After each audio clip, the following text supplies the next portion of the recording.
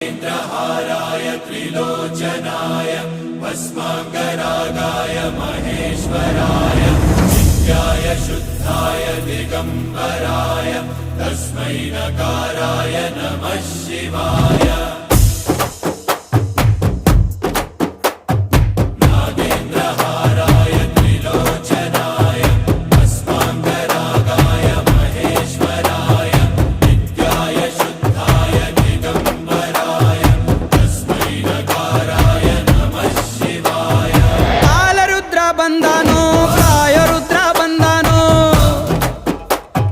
ನಂಬಿ ಬಂದ ಮಂದಿಗೆ ನೆಮ್ಮದಿಯ ತಂದಾನೋ,